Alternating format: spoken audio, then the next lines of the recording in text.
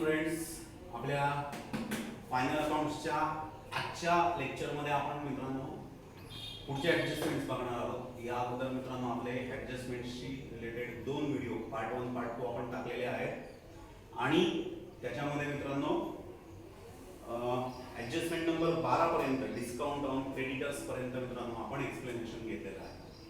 आज आपण adjustment number 13 पासून पुढचे एक्सप्लेनेशन्स पाहणार आहोत. मित्रांनो आपली 13 नंबरची ॲडजस्टमेंट आहे अनरेकॉर्डेड परचेसेस. आपण 13 आणि 14 एकत्र घेणार आहोत. सी मित्रांनो अनरेकॉर्डेड परचेसेस आणि अनरेकॉर्डेड सेल्स. ठीक आहे, तुम्ही मला सांगा परचेसेस अनरेकॉर्डेड आहेत. आता परचेसेस अनरेकॉर्डेड आहेत याचा अर्थ काय? आता तुम्ही ते रेकॉर्ड केले. जर तुम्ही अनरेकॉर्डेड परचेसेस आत्ता रेकॉर्ड केले तर याचा अर्थ तुमची परचेसची अमाऊंट तेवढ्या अमाऊंटने काय होईल? वाढेल. आता समजा तुमचे इयरली परचेसेस आहेत 1 करोड रुपये. त्याच्यानंतर तुमच्या लक्षात आलं की 10 लाखाचे परचेसेस आपण केलेले आहेत पण रेकॉर्ड करायचे बाकी आहेत. सिंपल आहे, अनरेकॉर्डेड आहेत आता रेकॉर्ड करा. मग जर ते 10 लाखाचे परचेस आता रेकॉर्ड केले तर तुमचे परचेस अमाऊंट किती रुपये होईल? 1 करोड 10 लाख. म्हणजे अनरेकॉर्डेड परचेस रेकॉर्ड केल्यामुळे तुमचे मित्रांनो परचेसेस तेवढ्या अमाऊंटने काय झाले? वाढले. अनरेकॉर्डेड परचेसचा पहिला इफेक्ट पुढे येईल. ट्रेडिंग अकाउंटच्या डेबिट साईडला परचेस मध्ये ऍड करा. करेक्ट. आता अनरेकॉर्डेड परचेस तुम्ही आत्ता रेकॉर्ड केलेले आहे म्हणजे ते पैसे अजून सुद्धा तुमचे द्यायचे बाकी आहेत. म्हणजेच ते पैसे अजून सुद्धा तुमचे द्यायचे काय आहेत? बाकी आहेत. मित्रांनो तुम्ही सांगा मला ते पैसे द्यायचे बाकी आहेत म्हणजे तुमची काय झाली? लायबिलिटी, ज्याला तुम्ही आपल्या भाषेमध्ये काय म्हणता मित्रांनो? क्रेडिटर. पैसे द्यायचे बाकी आहेत म्हणजे बॅलन्स शीटच्या लायबिलिटीला मित्रांनो तेवढ्या रुपयांनी तुमचे क्रेडिटर्स काय झाले? वाढले. मग मित्रांनो सेकंड इफेक्ट पुढे येईल क्रेडिटर्स मध्ये ऍड. हे झालं मित्रांनो तुमचं अनरेकॉर्डेड परचेसेसचा इफेक्ट. आता याच्या पुढची जी ऍडजस्टमेंट आहे ती आहे मित्रांनो अनरेकॉर्डेड सेल्स. अनरेकॉर्डेड परचेसेसच्या एक्झॅक्ट ऑपोजिट अनरेकॉर्डेड सेल्स आहे. म्हणजे तुम्ही सेल्स रेकॉर्ड केलेले नव्हते, मग आता काय करावे लागतील? रेकॉर्ड करावे लागतील. आता जर तुम्ही सेल्स आता रेकॉर्ड करत आहात तर तुमची सेल्सची अमाऊंट तेवढ्या रुपयांनी काय होईल? वाढेल. म्हणजेच तुमचा पहिला इफेक्ट काय झाला मित्रांनो? ट्रेडिंग अकाउंटच्या क्रेडिट साईडला आपण सेल्स लिहितो, त्याच्यामध्ये मित्रांनो अनरेकॉर्डेड सेल्सच्या अमाऊंट काय करणार? ऍड. आता याचा सेकंड इफेक्ट, तुम्ही गुड्स विकलेले आहेत म्हणजेच अनरेकॉर्डेड सेल्स. अजून ते तुम्ही रेकॉर्ड केलेले नव्हते म्हणजे त्याचे पैसे सुद्धा तुमचे यायचे बाकी असणार. आता जर मित्रांनो अनरेकॉर्डेड सेल्सचे पैसे यायचे बाकी असतील तर त्याला आपण मित्रांनो काय नाव म्हणतो? डेटर्स. आता ते पैसे जर का मित्रांनो यायचे बाकी असतील तर मित्रांनो ते तुम्ही काय करणार? डेटर्स मध्ये काय करणार? ऍड. म्हणजेच मित्रांनो ती आपल्या बिझनेसची काय झाली? ऍसेट. तुम्ही काय करणार मित्रांनो? बॅलन्स शीटच्या ऍसेट साईडला डेटर्स मध्ये तेवढी अमाऊंट काय करणार मित्रांनो? ऍड करणार. ठीक आहे. म्हणजे सेल्स मध्ये ऍड आणि यायचे बाकी आहेत पैसे डेटर्स मध्ये ऍड. परचेसेसचं एक्झॅक्ट ऑपोजिट परचेस मध्ये ऍड आणि द्यायचे बाकी आहेत म्हणजे क्रेडिटर्स मध्ये ऍड. तर या आपल्या होत्या ऍडजस्टमेंट नंबर 13 आणि ऍडजस्टमेंट नंबर 14. आता याच्यानंतर मित्रांनो मागे एकदा एक्सप्लेन केलेलं होतं तेच लॉजिक आता मी परत एक्सप्लेन करणार आहे. आपल्या 2 ऍडजस्टमेंट्स, त्यातली पहिली ऍडजस्टमेंट आहे इंटरेस्ट ऑन कॅपिटल आणि आपली जी दुसरी ऍडजस्टमेंट आहे ती आहे मित्रांनो इंटरेस्ट ऑन ड्रॉइंग. पहिली ऍडजस्टमेंट काय आहे मित्रांनो? आपली इंटरेस्ट ऑन कॅपिटल आणि दुसरी ऍडजस्टमेंट जी आहे मित्रांनो आपली ती आहे इंटरेस्ट ऑन ड्रॉइंग. ठीक आहे मित्रांनो, एकदा परत आठवण करून देतो किंवा त्याचे कन्सेप्ट सांगतो आणि एकदा त्या कन्सेप्ट मित्रांनो आठवले की तुम्हाला बरोबर सगळं आठवेल. ठीक आहे. तर सी मित्रांनो आपला बिझनेस आहे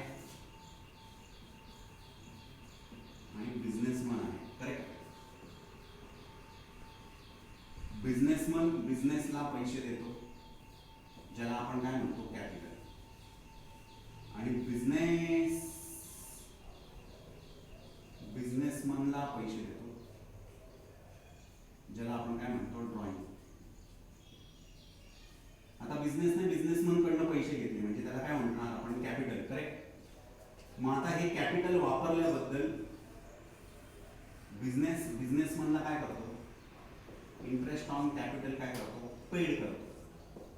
म्हणजे इंटरेस्ट ऑन कॅपिटल आपल्या बिझनेसच्या व्यू पॉइंटने काय झालं, एक्सपेन्स. आणि बिझनेसने बिझनेसमनला ड्रॉइंग दिलेलं होतं ना, मग मित्रांनो बिझनेस काय करणार, बिझनेसमन कडून ड्रॉइंग वरचं जे इंटरेस्ट आहे ते काय करणार मित्रांनो, वसूल करणार. बरोबर ना, काय करणार, वसूल करणार. म्हणजे काय करणार, रिसीव्ह करणार. म्हणजे जर बघायला गेलं तर इंटरेस्ट ऑन ड्रॉइंग आपल्या बिझनेसचं काय आहे, इन्कम. इंटरेस्ट ऑन कॅपिटल आपला बिझनेस पेड करतो म्हणजे तो एक्सपेन्स झाला, आणि इंटरेस्ट ऑन ड्रॉइंग आपण रिसीट करतो, वसूल करतो म्हणजे ते आपलं काय झालं, इन्कम. मग दोघांचं लॉजिक बघा. इंटरेस्ट ऑन कॅपिटल आपल्या बिझनेसचं काय आहे, एक्सपेन्स. म्हणजे याचा हा काय इनडायरेक्ट एक्सपेन्स आहे.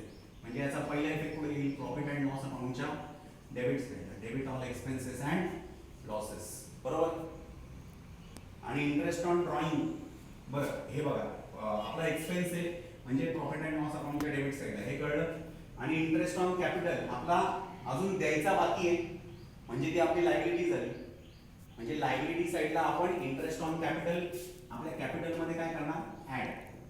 म्हणजे याचा दुसरा इफेक्ट काय होईल मित्रांनो, बॅलन्स शीटच्या लायबिलिटी साइडला कॅपिटलमध्ये काय होईल, ऍड. परत लक्षात घ्या, इंटरेस्ट ऑन कॅपिटल आपला एक्सपेन्स आहे म्हणजे त्याचा पहिला इफेक्ट येईल प्रॉफिट अँड लॉस अकाउंटच्या डेबिट साइडला. आणि देणं वाढलं ना, लायबिलिटी वाढली म्हणजेच कॅपिटलमध्ये तेवढे पैसे काय होतील, ऍड होतील. आणि तेवढे पैसे आपल्याला बिझनेसमनला द्यायचे, कॅपिटल प्लस तेवढे पैसे असं. आता याच्या exact opposite interest on drawing. Interest on ड्रॉइंगचं काय होईल मित्रांनो, मला सांगा इंटरेस्ट ऑन ड्रॉइंग काय आहे आपल्या बिझनेसचं, इन्कम. म्हणजे इंटरेस्ट ऑन ड्रॉइंगचा पहिला इफेक्ट काय होईल, इन्कम आहे म्हणजे कुठे येईल, प्रॉफिट अँड लॉस अकाउंटच्या credit side. Credit all incomes and gains, credit all incomes and gains. आणि मित्रांनो आता तुम्हाला पण लक्षात आलं असेल इंटरेस्ट ऑन ड्रॉइंगचा सेकंड इफेक्ट मित्रांनो कॅपिटलला जाईल. मला सांगा आपण इन्कम करतोय म्हणजे आपण मित्रांनो बिझनेसमन कडनं तेवढा पैसा काय करतोय, वसूल करतोय.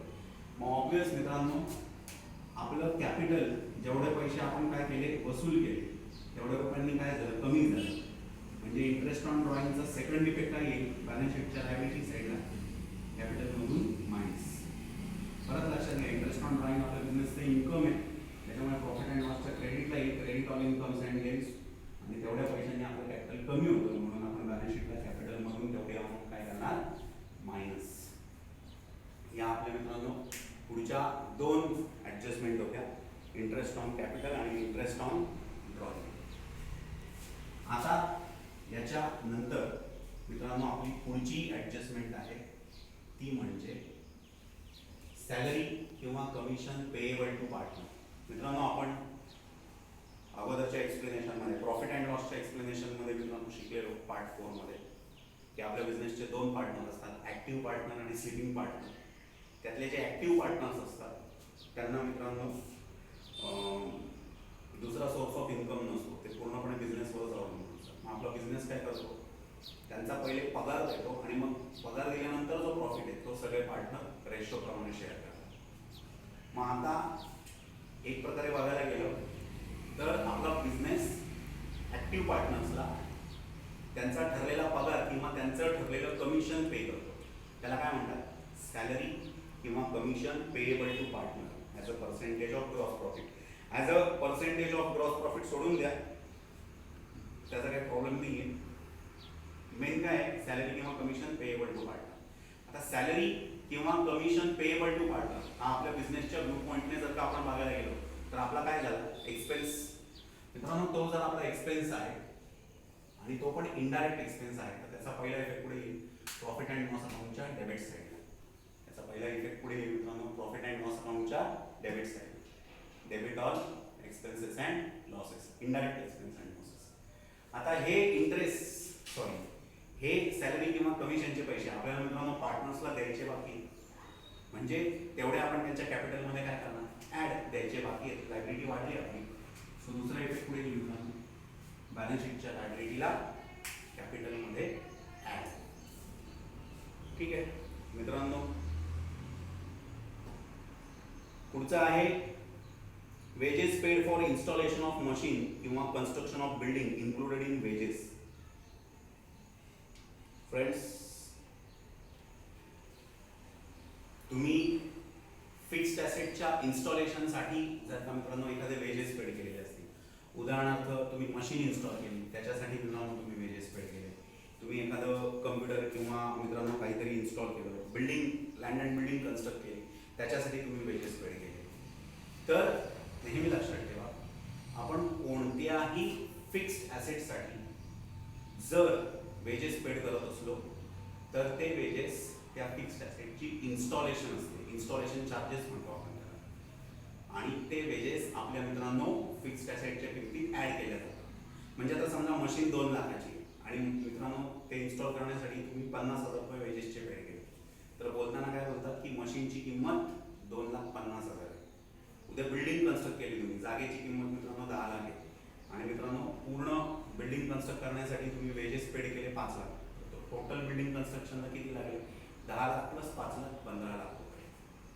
बोलताना कसं बोलतात, बिल्डिंगची किंमत 15 लाख आहे. म्हणजे तुम्ही कोणत्याही फिक्स्ड ॲसेटसाठी जर एखादे वेजेस पेड करत असाल तर मित्रांनो ते त्या ॲसेटच्याच किमतीत ॲड करतात. पण कधी कधी चुकून काय होतं, लोकांना ही कन्सेप्ट माहिती नसते आणि ते चुकून फिक्स्ड ॲसेटच्या इन्स्टॉलेशनसाठी जे मित्रांनो वेजेस पेड केलेले आहेत ना ते आपल्या ट्रेडिंग अकाउंटच्या वेजेसमध्ये इन्क्लूड करून ठेवतात. मग आता काय करणार तुम्ही जर काही चूक झाली तर, एकदम सिंपल आहे.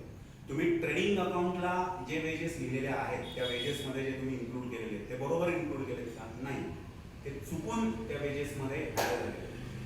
मग त्याचा पहिला इफेक्ट मित्रांनो, असे वेजेस जर का मित्रांनो तुमच्याकडनं चुकून इन्क्लूड झाले असतील तर ते वेजेस काय करा मित्रांनो, आपल्या ट्रेडिंग अकाउंटच्या डेबिट साईडला वेजेसमधून मायनस करा आणि ते वेजेस ज्या फिक्स्ड ॲसेटसाठी मित्रांनो तुम्ही काय केलेले आहेत,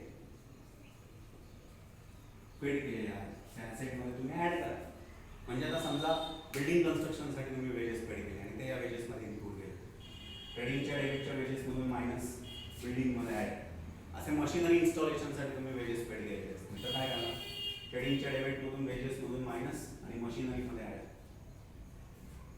मित्रांनो एकदम सिंपल. पुढे आजची last adjustment, repairs of machinery किंवा building wrongly debited to machinery किंवा बिल्डिंग. मित्रांनो तुम्ही रिपेअर्स म्हणजे एखाद्या फिक्स्ड ॲसेटचं रिपेअर किंवा मेंटेनन्स केला. आता जर एखाद्या फिक्स्ड ॲसेटचा रिपेअर्स अँड मेंटेनन्स केला तर तो तुमचा कोणता खर्च आहे मित्रांनो, तो तुमचा इनडायरेक्ट एक्सपेन्स आहे, जो तुम्ही मित्रांनो इनडायरेक्ट एक्सपेन्स म्हणून प्रॉफिट अँड लॉसच्या डेबिटला लिहायला पाहिजे. पण तुमच्याकडनं चुकून तो जो काही मित्रांनो रिपेअर्स अँड मेंटेनन्सचा खर्च पेड केलेला आहे तो काय झाला मित्रांनो, मशिनरी किंवा बिल्डिंग म्हणजे कोणत्याही ॲसेटच्या किमतीमध्ये मित्रांनो काय झाला, ॲड केला. समजलं. आता तुम्ही सांगा त्या ॲसेटच्या किमतीमध्ये जो मित्रांनो तुम्ही एक्सपेन्सेस लिहिलेला आहे तो बरोबर लिहिलेला आहे का, त्याचं लॉजिक बरोबर आहे का, नाही. रिपेअर्स अँड मेंटेनन्सचे खर्च तुम्ही कुठे द्यायला पाहिजे मित्रांनो, प्रॉफिट अँड लॉस अकाउंटच्या डेबिट साईडला. पण त्याचा पहिला इफेक्ट आहे प्रॉफिट अँड लॉस अकाउंटच्या डेबिट साईडला, टू रिपेअर्स ऑफ मशीन किंवा टू रिपेअर्स ऑफ बिल्डिंग. आणि त्याचा दुसरा इफेक्ट काय आहे, तुम्ही जे बॅलन्स शीटच्या ॲसेट साईडला दाखवताय ॲसेटमध्ये तिथून मित्रांनो तो खर्च तुम्हाला काय करावा लागेल, मायनस करावा लागेल. परत लक्षात घ्या, तुम्ही बिल्डिंग किंवा मशीनच्या रिपेअर्ससाठी एखादा खर्च पेड केलेला आहे तर तो तुमचा इनडायरेक्ट एक्सपेन्स आहे, जो तुम्ही चुकून बिल्डिंग किंवा मशीनच्या किमतीत ॲड केलेला आहे, चुकीचा ॲड केलेला आहे. तो चुकीचा ॲड तिथून काय करा, मायनस करा आणि नंतर तो इनडायरेक्ट एक्सपेन्स म्हणून प्रॉफिट अँड लॉस अकाउंटच्या डेबिट साईडला लिहून घ्या. मित्रांनो अशा रीतीने आपण आजच्या तारखेपर्यंत या लेक्चरपर्यंत टोटल 19 ॲडजस्टमेंट्स कव्हर केलेले आहेत. प्रयत्न करू पुढच्या ज्या काही 11 ॲडजस्टमेंट्स बाकी आहेत त्या शक्यतो एकाच व्हिडिओमध्ये कव्हर करायचं आणि समजा नाही झालं तर 2 व्हिडिओ पण चालतील, आपल्याला काही घ्यायची नाही. मित्रांनो लेक्चर्स कंटिन्यू पहा, आपण लवकरच भेटणार आहोत. तोपर्यंत काळजी घ्या.